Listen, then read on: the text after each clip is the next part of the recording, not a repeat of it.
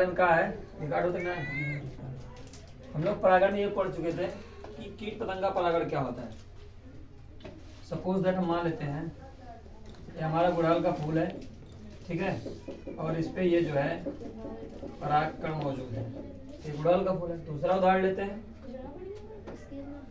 किसी चीज का, ठीक है, मकई का उदाहरण लेते हैं। किसका लेंगे हम? मकई। मकई जानते हो ना क्या होती है? तो मत चिल्लाओ, ठीक है। ये हमारा मकई का पौधा है, ठीक है। ये मकई का पौधा है, कहाँ है? मनई का पौधा है। यहाँ पे जो है इसके फूल है, सब में क्या है? परागकण है, ठीक है। एक चीज जो पिछली बार में छूट गया था पीछे वीडियो में, हम बता देते हैं आप लोगों को। जो परागकण होता है वो होता कहाँ है, ये चीज बता देते हैं। जो परागकण होता है वो होता कहाँ है, वो चीज हम बता देते हैं तुम लोगों को। आज इस चीज को जानने की कोशिश करो। ये है हमारी जो नदी की बाढ़, ठीक है। तो देखते हैं इस चीज को। जहां परागकण पाया जाता है उसे परागकोश कहते हैं। इस बार नहीं बताते, आज बता देते हैं। जहां परागकण मिलते हैं उसे क्या कहते हैं? परागकोश। इसे कई चीज कहते हैं। परागकोश का लिए जहाँ परागकण मिलता है। पुंकेसर यही होता है, यानी पुरुष, ठीक है। पुमंग यही होता है। जायांग हमारा कहाँ है? यहाँ है। तो हम एक चीज बताए थे परागण में कि जब परागकण है, जो छोटे छोटे डाट हैं, जो छोटे छोटे डाट हैं, ये क्या है? परागकण है, परागकण है। जब परागकण किसी के माध्यम से यहाँ आते हैं, कहाँ आते हैं? यहाँ आते हैं, ठीक है। चाहे वो जैसे आते हो, क्या करें? चाहे जैसे आते हो, तो इस क्रिया को हम परागण कहते हैं। तो हम पढ़ चुके थे कीट पतंगा परागण, लेकिन आज हमें क्या पढ़ना है? वायु परागण। क्या पढ़ेंगे? वायु परागण। इसके पहले वीडियो में हम बता चुके हैं कीट पतंगा परागण के बारे में। आज हम पढ़ेंगे वायु परागण। वायु परागण क्या होता है? जैसे जब हवा चली, हवा जब ब्लोइंग होती है, जब हवा बहती है, या हम हिला दिए, हिलाए तो ऊपर तो खैर जीव पतंग परागण हो गया। लेकिन जब हवा सिर्फ चलती है, जब सिर्फ हवा से, जब हवा चलती है तो ये परागकण क्या करते हैं? यहाँ से निकलते हैं और धीरे धीरे कहाँ जाते हैं? इसके पास आते हैं। जब इस पे गिरते हैं, जब यहाँ पे गिरते हैं, कहाँ पे? स्त्री केसर के पास। किसके पास? स्त्री केसर। स्त्री केसर पे जब आते हैं यहाँ से, जिसे हम कहते हैं पुंकेसर। पुंकेश्वर नहीं, पुंकेसर, जैसा हम क्या कहते हैं? पुंकेसर। जब पुंकेसर से परागकण स्त्री केसर तक जाते हैं, इस क्रिया को हम परागण कहते हैं। लेकिन वही चीज जब वो वायु के माध्यम से जाते हैं, परागण पहले सिंपल समझिए, परागण से समझ लोगे तो ये सब आसान है। परागण क्या चीज है? जब परागकोश से परागकण किसी भी माध्यम से स्त्री केसर के वर्तिकाग्र तक पहुंचता है, परागकोश से परागकण किसी भी माध्यम से स्त्री केसर के वर्तिकाग्र तक पहुंचता है, इस प्रक्रिया को हम परागण कहते हैं। अब बात आती है वायु परागण की। तो वायु परागण में सिंपल है, जब परागकण परागकोश से स्त्री केसर के वर्तिकाग्र तक वायु के माध्यम से पहुंचते हैं तो हम उसे कहते हैं वायु द्वारा परागण। वो किसके माध्यम से पहुंचे? वायु के माध्यम से। जब वायु के माध्यम से पहुंचे तो वायु परागण। तो ये क्लियर हो गया, ठीक है। वायु परागण क्या होता है फिर समझिए। जब परागकोश से परागकण, ये जो टोटल जगह है, ये क्या है? जो टोटल जगह है, इसे हम कौन से नाम से आते हैं? परागकोश। परागकण हमारा ये जो डाट है, ये है। ये जो टोटल जगह है जहाँ परागकण उत्पन्न होता है, जहाँ परागकण का निर्माण होता है, जहाँ परागकण का जन्म होता है, हम उस भाग को, उस हिस्से को हम परागकोश कहते हैं, या पुंकेसर कह लो, पुरुष, पुमंग कह लो। और ये जो हमारा मक्के का बाल है, मक्के की जो बाल है, ठीक है, जो मक्के का बाल है जहाँ बीज लगता है, तो उसमें देखोगे यहाँ सुतरी किसा निकला होता है। कभी भी देख लेना, सुतरी किसा निकला होता है। ये जो सूतरी से निकला होता है, तो कभी सोचे यहाँ जब परागकण आता है तो फिर बाल अंदर दाने कैसे आते हैं। कभी जब इसको खोलोगे, ठीक है, ये हमारी मक्का है, क्या है ये, मकई का बाल है, ठीक है, ये हमारा क्या है, मकई का बाल है, ठीक है। हम जब इसे कभी खोलते हैं, उधेड़ते हैं, तो देखोगे ये चीज यहाँ से यहाँ अंदर तक रहती है। हर दो बाल जो दो दाने हैं, ये दो दाने हैं, इसे गया लाइन से, ठीक है, इसके बीच में से ये गया रहता है।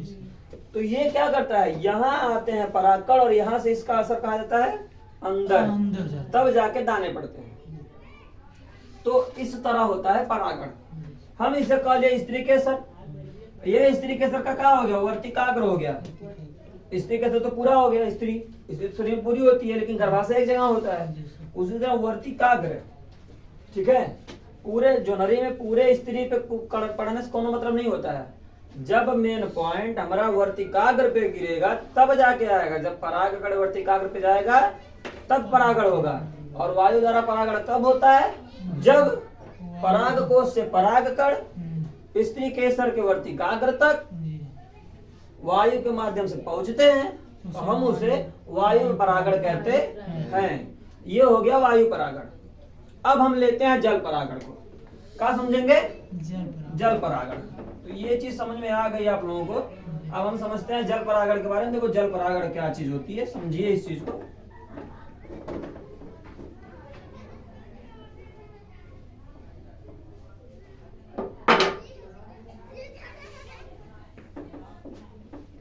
जल परागण, ठीक है। जल परागण क्या होता है समझिए। ये जलकुंभी है, जलकुंभी होता है, ऐसे होता है, ठीक है। और इसमें जो है बीच में ऐसे निकला होता है। जलकुंभी अक्सर आप लोग देखे होंगे पानी में ही होती है, ठीक है। क्या है कि जलकुंभी का पौधा है। कौन सा पौधा है, जलकुंभी का पौधा है। अब इसके ये पानी में है, ठीक है। ये क्या है, एक तालाब है, जिस तालाब में खिला हुआ है। क्या है, तालाब में है, ठीक है। ये क्या होता है, तालाब। इसको गांव की भाषा में गणपत कहते हैं, ठीक है। ये तालाब में खिला हुआ है। अब इसके परागकण जो हैं वो जरूरी है सिर्फ गिरे, पानी भी जा सकते हैं। अब पानी में गए तो खराब तो हुए नहीं। अब जो है पानी बरसात के मौसम में जब ओवरफ्लो होगा तो एक यहाँ से नाला पकड़ लिया। क्या पकड़ लिया, नाला पकड़ लिया और आया तालाब नंबर 2 में। किसमें आया, तालाब नंबर 2 में आया। अब परागकण कहाँ है, देखो परागकण यहाँ से निकला। परागकण क्या किया, इसके बीच परागकण होता है। परागकण इसके कहाँ होता है, बीच में होता है। परागकण यहाँ से निकला, ऐसे ऐसे बढ़ते बढ़ते बढ़ते बढ़ते कहाँ चला आया, दूसरे तालाब में आया, ठीक है। अब यहाँ भी जलकुंभी है। क्या है, यहाँ भी जलकुंभी है।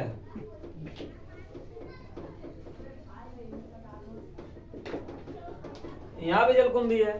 तो अब जब परागकण इसके पास आएगा तो परागण हुआ कि नहीं हुआ, अब इसका परागकण इससे आके मिल गया, इसका परागकण इससे आके मिल गया। तो किसके माध्यम से मिला है, जल के माध्यम से। ये पनिया बह के जा रहा है ना, जलकुंभिया तो यही है। बह के क्या गया, पानी। जब पानी बह के गया तो हमारा यहाँ का तालाब जो दूसरा है उसमें क्या हो गया, परागण हो गया, ठीक है। क्या हो गया, परागण गया। अब परागण के सबसे अहम पॉइंट जो आज बताने जा रहा हूँ उसको समझिए, सुनिए। परागण की सबसे अहम पॉइंट ये होती है कि जो परागकण होते हैं, इसका मतलब ये नहीं कि किसी भी पेड़ पे चले जाए, नहीं, वो उसी जाति का पेड़ होना चाहिए।